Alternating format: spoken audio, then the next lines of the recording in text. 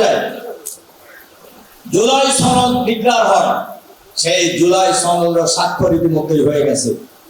আমরা বলেছি জুলাই সনদের আইনি ভিত্তির আদেশ জারি করতে হবে। আমরা এটাও বলেছি এই আদেশ দিতে হবে প্রেসিডেন্ট নয়, এই আদেশ জারি করতে হবে অন্তর্বর্তীকালীন সরকারের যিনি প্রধান উপদেষ্টা তাকে জারি করতে হবে। আমরা বলেছি, সবাই একমত হয়েছে, আমরা এই আইনি ভিত্তিকে আরো মজবুত করার জন্য গণভোট দিতে হবে।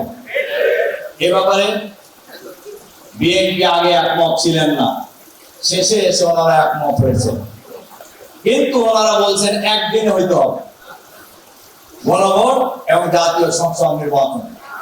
আমরা বলেছি দীর্ঘদিন বাংলাদেশের মানুষ ভোট দেয় নাই, নতুন ভোটার এবার 3 কোটি ভোটার নতুন ভাবে এবার ভোটাধিকার প্রয়োগ করবেন। হানার ভোট আর যদি জাতীয় সংসদের বিভিন্ন প্রতীকের ভোট যদি হয়, তাহলে ভোটাররা গোলমাল পাকায় ফেলবে, একটা দিয়ে চলে আসবে। আর প্রয়োজনও নাই, আমাদের কাছে এরকম নজির আছে। এই বাংলাদেশে অতীতে 16 দিন 17 দিনের ব্যবধানে গণভোট হয়েছে, অতীতে 21 দিনের ব্যবধানে গণভোট হয়েছে। সুতরাং আমরা মনে করি মধ্য ফেব্রুয়ারি নির্বাচনে কোন ব্যাঘাত ঘটবে না যদি নভেম্বরের মধ্যেই গণভোট দিয়ে দেওয়া হয়। এবং বাংলাদেশ জামায়াত ইসলামীর পক্ষ থেকে আমরা ঐক্যমত কমিশনেও বলেছি, আমরা মিডিয়ায় বলেছি, গত 3 দিন আগে বাংলাদেশের প্রধান উপদেষ্টা ডক্টর মোহাম্মদ ইউনূস সাহেবের সাথে জামায়াত ইসলামীর মিটিং ছিল, সেখানে আমরা নভেম্বরের মধ্যে গণভোট দেওয়ার কথা বলেছি। আমরা বিশ্বাস করি নভেম্বরের মধ্যে গণভোট দিতে হবে সরকারকে। সম্মানিত ভাই এবং বন্ধুগণ,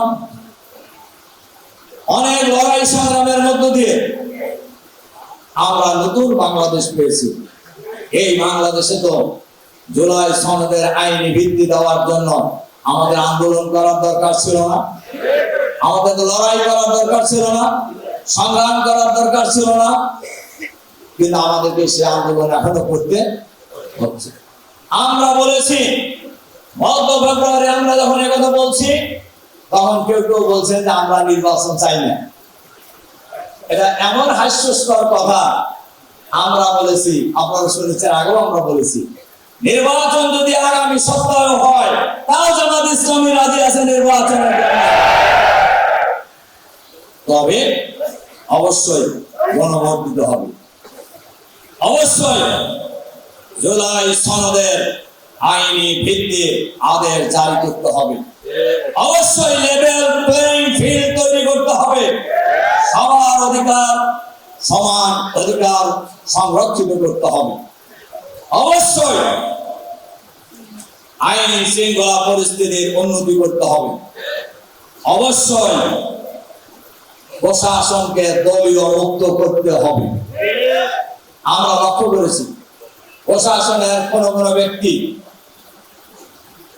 একটি দলের পক্ষে ভূমিকা পালন করার চেষ্টা করছেন। আমরা তাদেরকে পরিষ্কার ভাবে বলতে চাই, প্রশাসনের, সেটা সিভিল প্রশাসন হোক, পুলিশ প্রশাসন হোক, অথবা সরকারের কাজে নিয়োজিত যে কোনো সাংবিধানিক প্রতিষ্ঠানে হোক, কেউ যদি দলীয় কাজ করার ইচ্ছেই করেন, তাহলে ওই পথ ছেড়ে দেন। ওই পথ ছেড়ে দিয়ে যদি রাজনীতি করার ইচ্ছা থাকে, আমাদের মতো রাজপথে আসে, আপনাদের ব্যাপারে কেউ একটা শব্দ বলবেন। কিন্তু প্রশাসনের থেকে, সরকারের থেকে, সরকারের সকল সুযোগ সুবিধা ভোগ করে আপনারা একটা দলের পক্ষে কাজ করবেন, বাংলাদেশের জনগণ এটা মেনে নেবে না।